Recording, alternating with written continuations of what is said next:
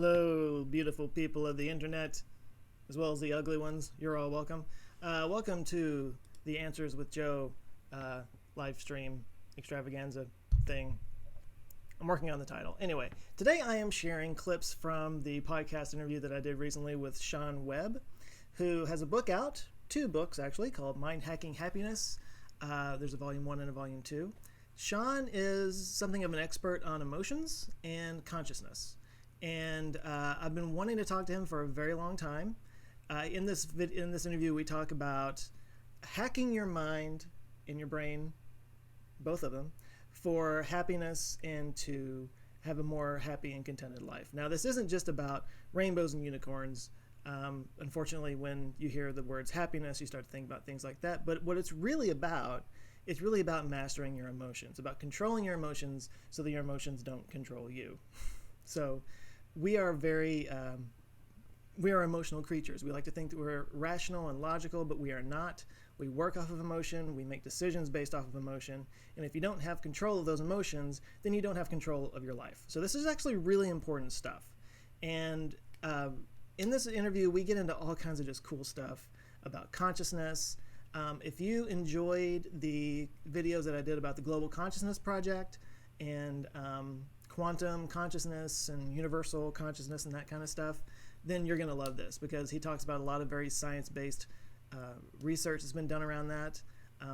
This might be woo-woo alarm worthy, some of it, but it's all based in pretty solid science. It's not just all out there crazy with crystals and weird stuff like that. It's good stuff. But really what it all comes down to in the end is he's talking about ways to master your emotions and get control of your life, which, if it doesn't sound important, it's very important stuff. And it's not just about you yourself personally in your life, but society as a whole. The more people that have control over this, the better off we'll all be. So anyway, I wanted to take a second though, really quick. There has been a massive influx of new subscribers to this channel. It has grown so much lately. I'm already up to 60,000 subscribers. I was hoping to have 50 by the end of the year. So that gives you an idea of how much the channel's grown lately. It's been really exciting. And I just wanted to say, if you are new, and this is maybe the first time you've seen one of my live streams, first of all, welcome, and thank you so much for subscribing. It's really exciting and got a lot of cool stuff planned on the way.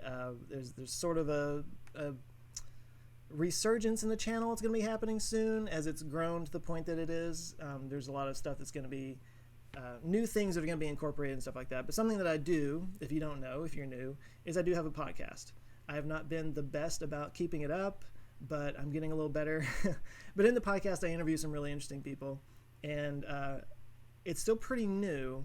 And I got to say, Sean was at the very top of the list. I mean, probably one of the top 3 or 4 people that I wanted to talk to when I decided to do a podcast, because I've been listening to him for a while. He has a YouTube channel that is linked down in the description. Please do check it out and subscribe.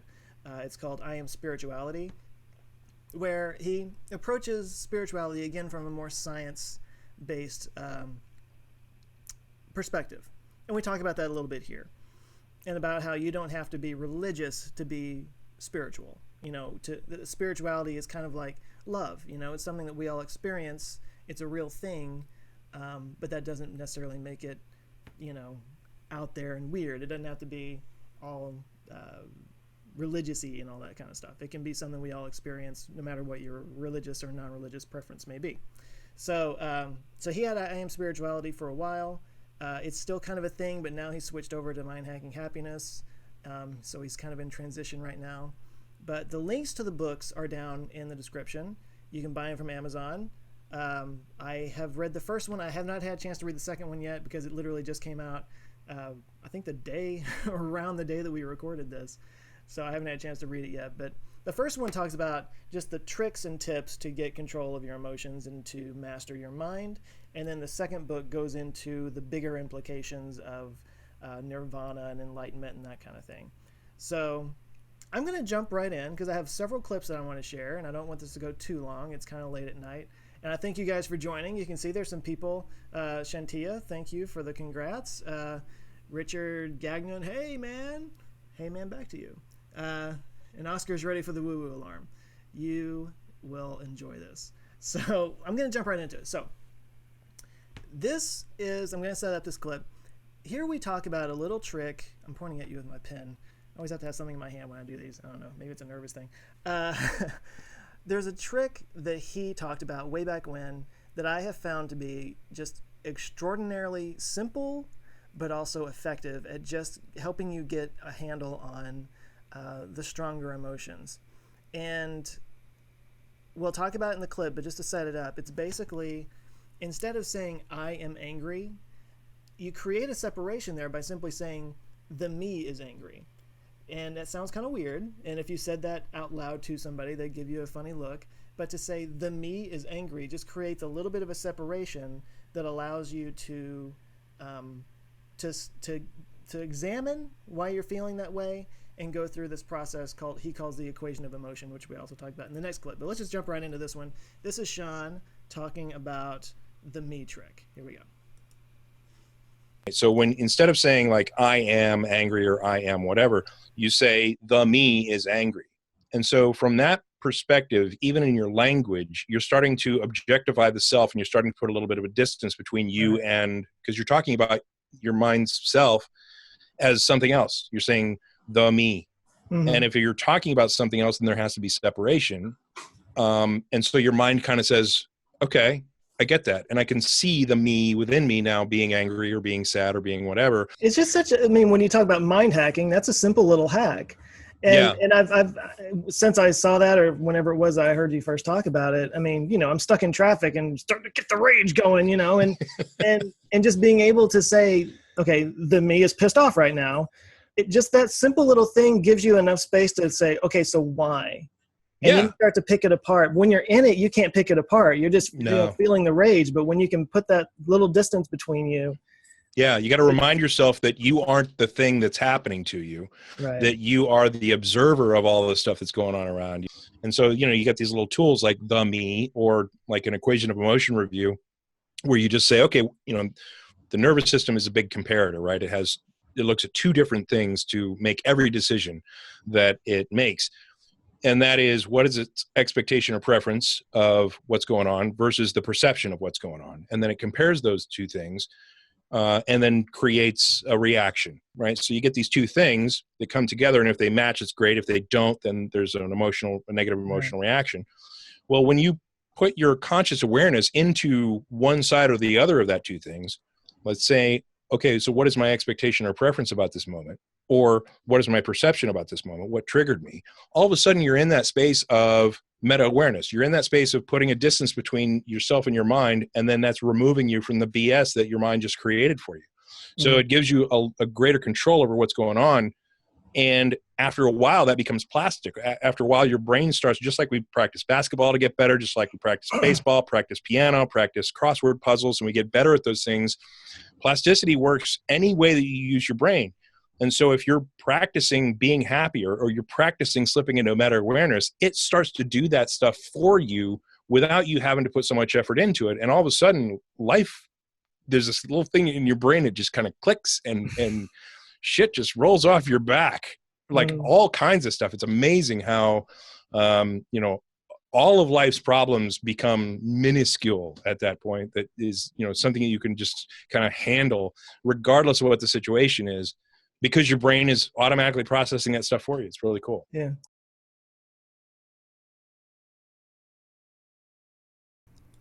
So yeah, that is one of my favorite tricks that I've learned anywhere, because as he goes, as we go into it a little bit in that conversation, you can see how just that one little simple thing just gives you so much power over yourself and over, your perception of reality. It's awesome. Somebody in the comments in the live chat was asking if this is about mindfulness, and that's actually, that's a good way to put it as well. I should have used that word earlier. Mindfulness is what this is all about. So you could say mind hacking mindfulness, but it's happiness anyway. So he mentioned something again about the equation of emotion there, and this is, again, it's taking stuff that we think is really complex and breaking it down into very simple chunks that you can deconstruct and go, oh, okay, I get it now. And the equation of emotion is very simple.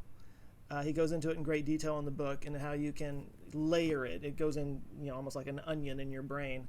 But it basically is, you have a perceived reality and an expected reality. It's like your expectation, when your expectation does not match your perceived reality, what actually happens, that's when you get angry, or that's when you get sad. That's when the negative emotions come up. And I talk about, was it in this one? Yeah, I talk about it in this one where I had a moment where I was in a traffic jam and I started to get the rage going, and I was able to use this equation of emotion to kind of break it down and be like, okay, so that's why I'm feeling this way.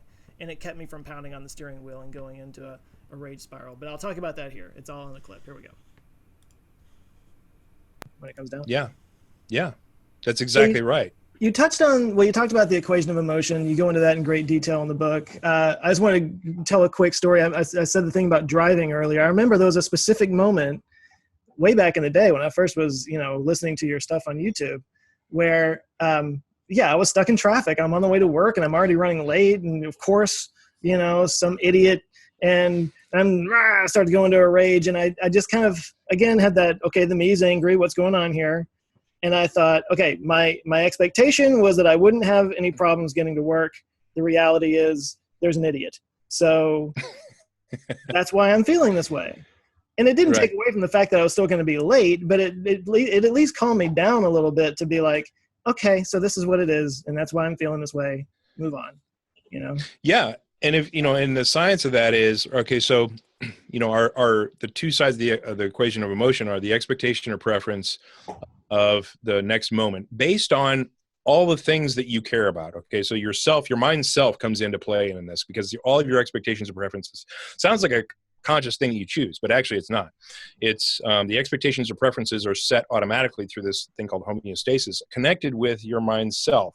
So if your expectation, if you like to see that you're on time at work, or you like to have people see you as very responsible or whatever, then the perception that you're going to be late attacks that, right? It attacks your expectation that you want to be on time, that you want people to see you in a certain light, that you're responsible, that you get to places on time when you're supposed to.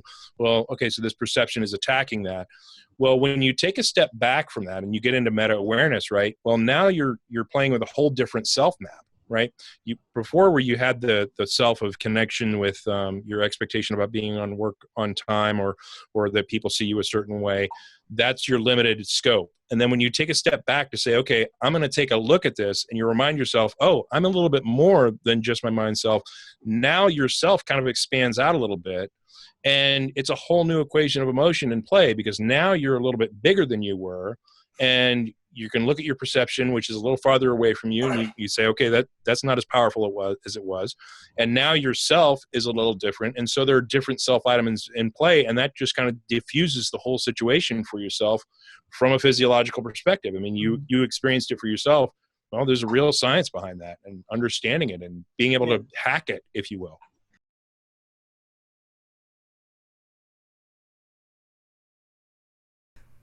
Took me a second there. So interesting stuff. And so he gets here into what he calls the self map. And in the book and in his video series, he actually has a target, which you'll see in the next clip, where he actually maps out on the target all the things, all the attachments that he has, all the things that he cares about in his life, and how any attacks or slights against those things affect him personally. And we talk in the podcast, I don't think it's actually in this clip, but we talk in the podcast about how they have done research where they put people in MRI machines and zap them with like an ankle zapper thing.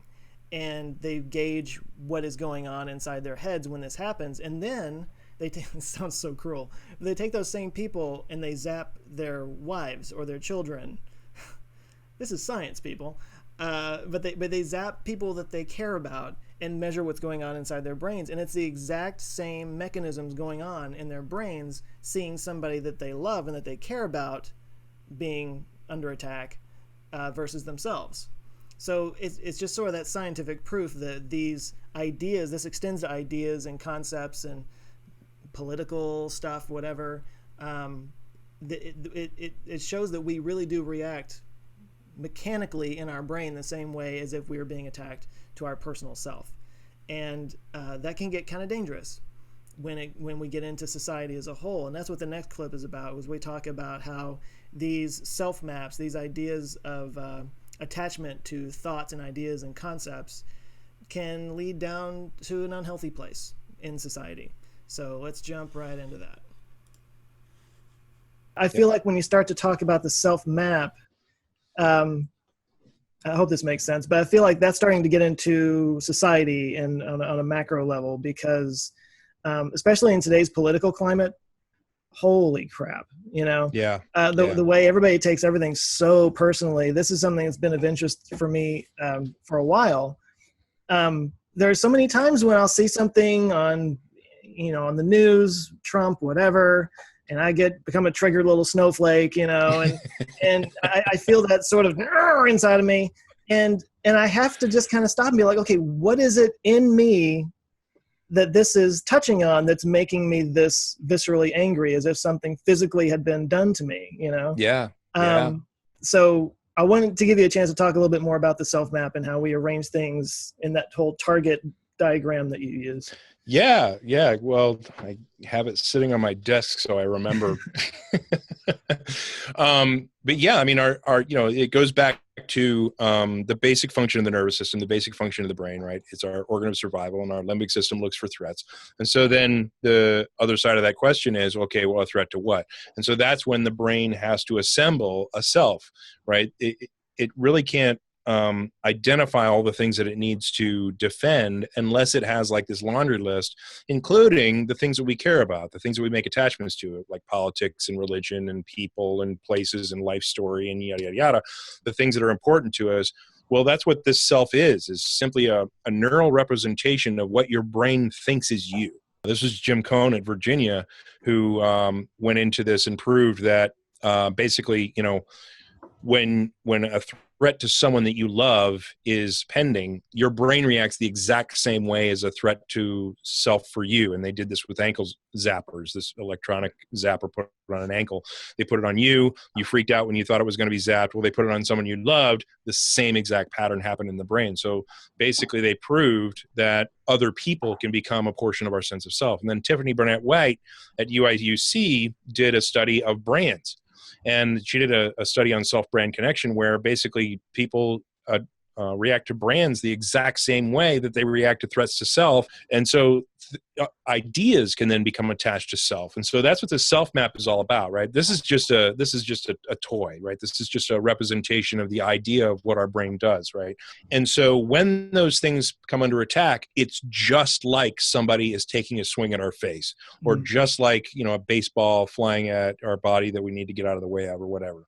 When they attack our politics, when they attack our religion, when they attack our favorite color, when they attack, someone in our family, when they attack whatever it is, that is a hardwired reaction in our brain to defend against self. It's just what thing on your map is being threatened, what attachment of mind, and these can be ideas, these can be memories, they can be absolutely anything that your mind creates in your perception about who and what you are, that gets attacked. So then it says, okay, how do I defend against that, or how do I react to that? That type of thing.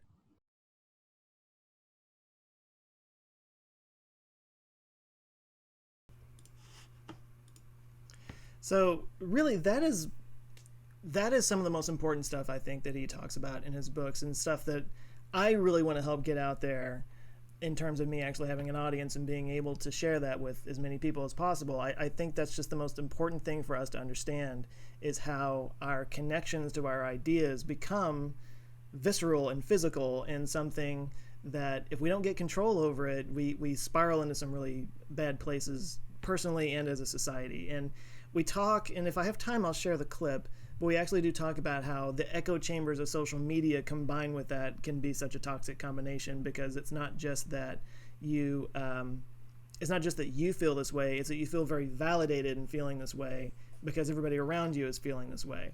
And also it's harder to break that cycle because there's a social construct there. You can't just jump out of this idea, because you could lose a lot of friends and lose a lot of your social support structure. So it's interesting stuff. We talk about all this in the podcast. And as you can see, these are edited clips. The podcast is very lightly edited. There was not much I wanted to take out. I trimmed just a little bit just to keep it from going too long, but there's just so much good stuff in there. So again, it's down in the description. Please do check it out. So there's 2 more clips I want to share.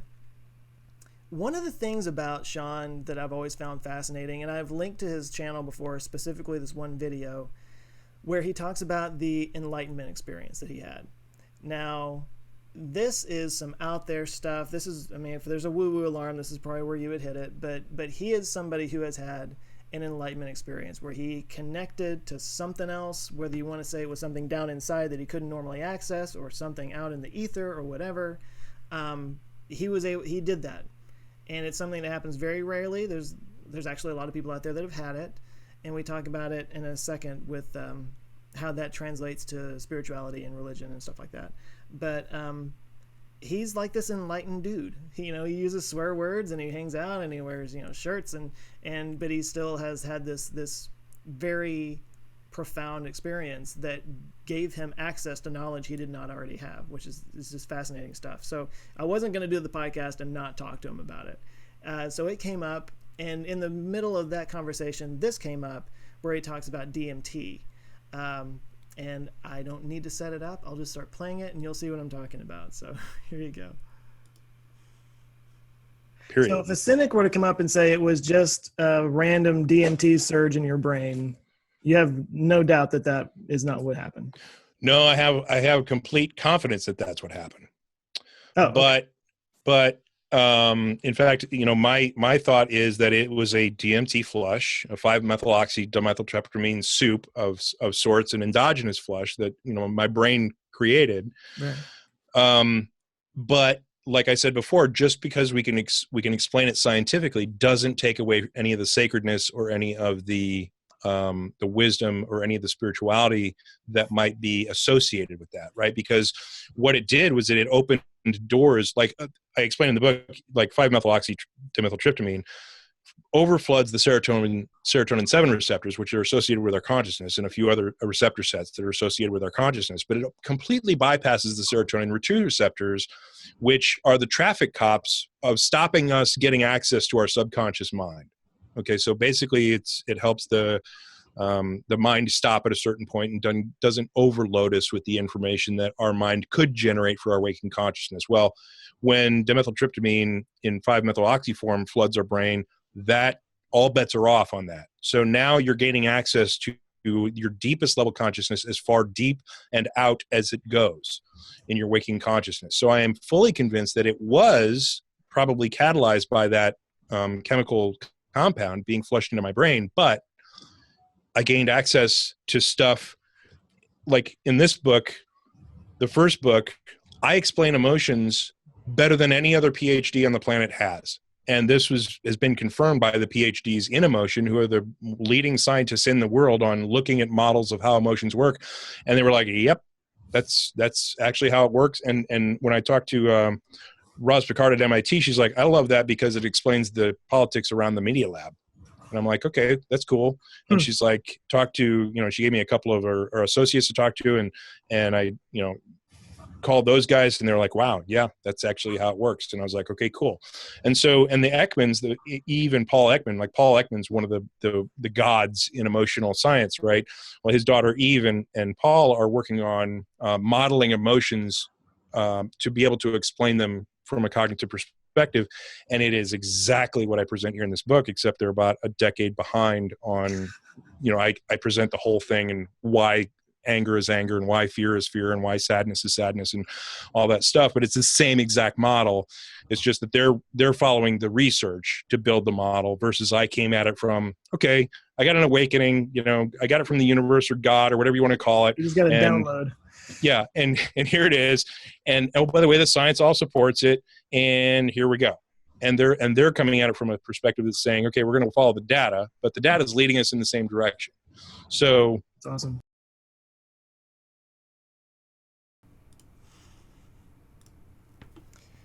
So, interesting stuff. I can see that there's some skeptics in the live chat, and that's fine. I'm a skeptic as well. This is something I would want to experience myself before I cast any kind of full judgment on it or anything. But that kind of actually leads into the next clip where he talks about some of the people who have researched and done brain scans and stuff on people who have had this experience, whatever it might be, and whatever might cause it. How many of them are actually not religious in any way. They're actually, a lot of them are atheists, but they still feel like they had some kind of connection of some kind, and that's fascinating to me. So I'll go ahead and share that clip too. Because I mean, even devout atheists, is that a thing? Even devout atheists say that they can feel a connection to a bigger purpose and a bigger thing than themselves, and that's that powers all of us. I talk about that in the Second Mind Hacking Happiness book, Volume 2, where atheists, like there was a book written about how enlightenment changes your brain, and there were a couple of doctors that wrote that book that basically talked about enlightenment experiences, et cetera, and they put out a kind of a survey online on their website that discussed inviting people to explain what their enlightenment experiences were like, and over 25% of them were atheists explaining their beyond regular waking consciousness experience of something other than their, just the default mode network of their brain. The line between science and spirituality is getting really fuzzy. In fact, I think the things that we call spiritual, if they exist in this universe, they have a scientific explanation. And just to say that, we can explain something with science doesn't make it less holy or less spiritual or less sacred of an experience. And I think Sam Harris is a great example of that, coming from the science side to say, you know what, maybe we need to take a closer look at the spirituality stuff and reclassify some of this stuff. And he's actually wanting to take back the word spirituality and kind of redefine it. And I think we're kind of moving in the same direction. At least, there'll be some folks on the spiritual side of like, science is all bullshit and, is against us or whatever.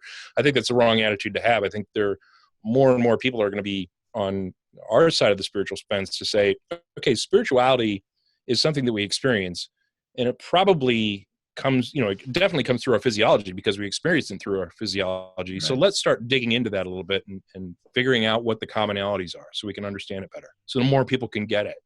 Yeah.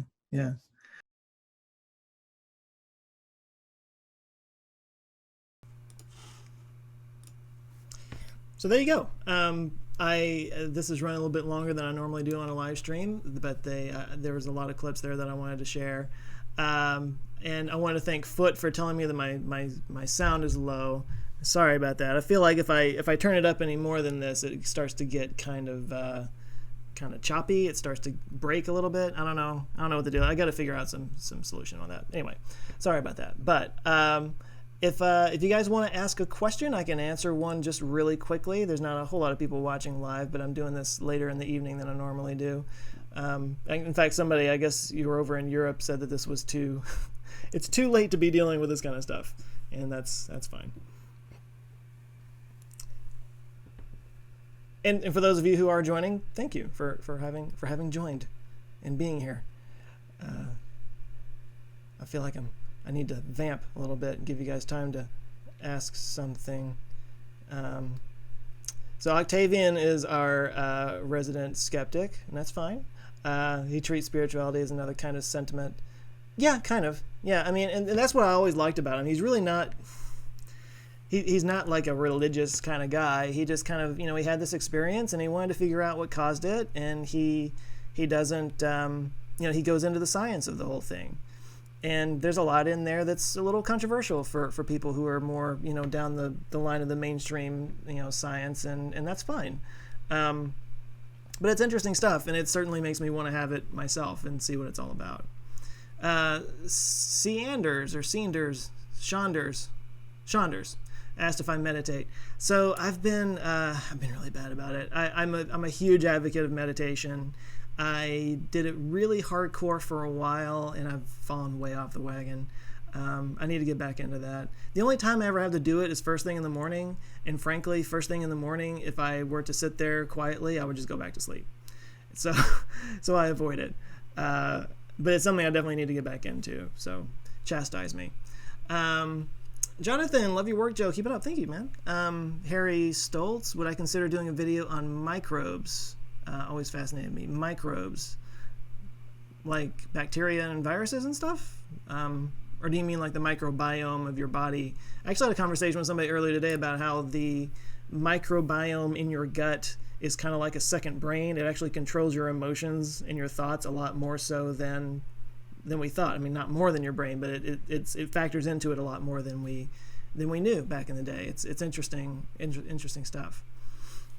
Opinion on lucid dreaming. I really haven't looked into that too much. I've never really had that experience myself outside of just being in a dream and realizing I'm dreaming. That's happened a few times, but it's not like I can control the world like Inception or something like that. It's interesting stuff. So Harry's talking about microbiome. Yeah, I could, I got a pen. Let me write that down. Microbiome.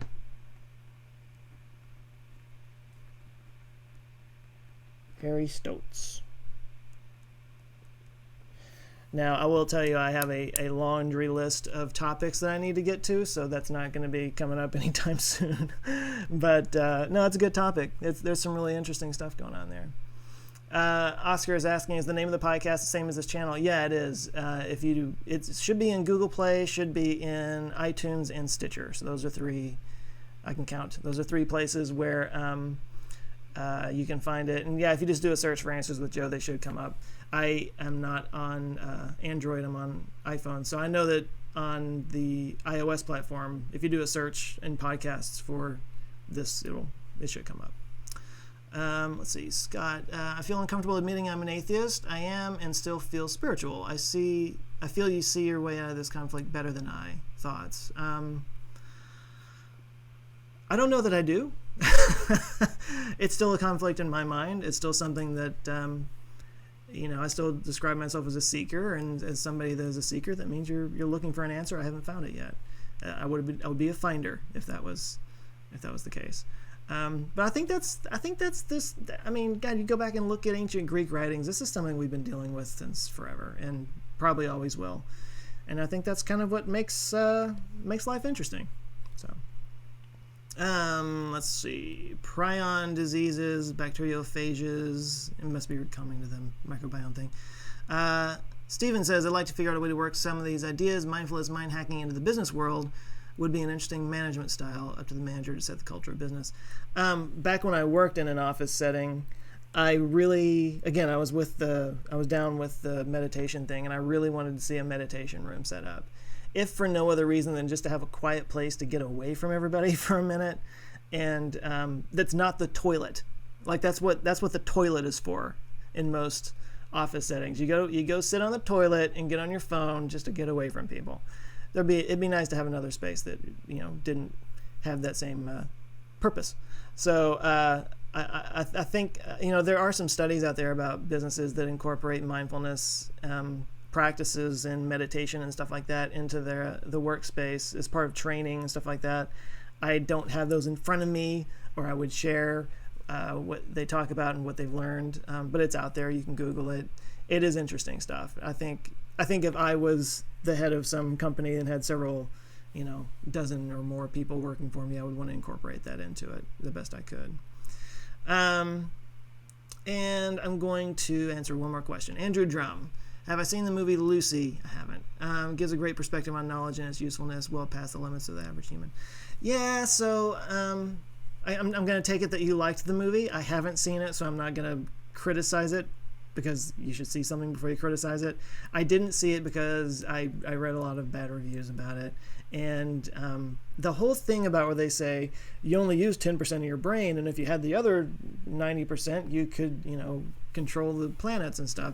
It's just not true. We don't only use 10% of our brain. We use the whole brain in different ways. There's several different modules in your brain that do different things underneath the surface, and I think maybe I just had a chip on my shoulder about that whole 10% of your brain thing, because it's just been so disproven over the years, and yet it's still like this trope that keeps popping up. But anyway, that was my own thing. But anyway, so I've gone a bit long, and I see some comments still coming in, but I think I got to cut you off. But I appreciate you guys joining this late in the evening. And like I said, the link is down in the description. That actually leads to the Answers with Joe website. if you're curious about any of the other podcasts that I have out there, if you just go to answerswithjoe.com/podcast, they're all right there.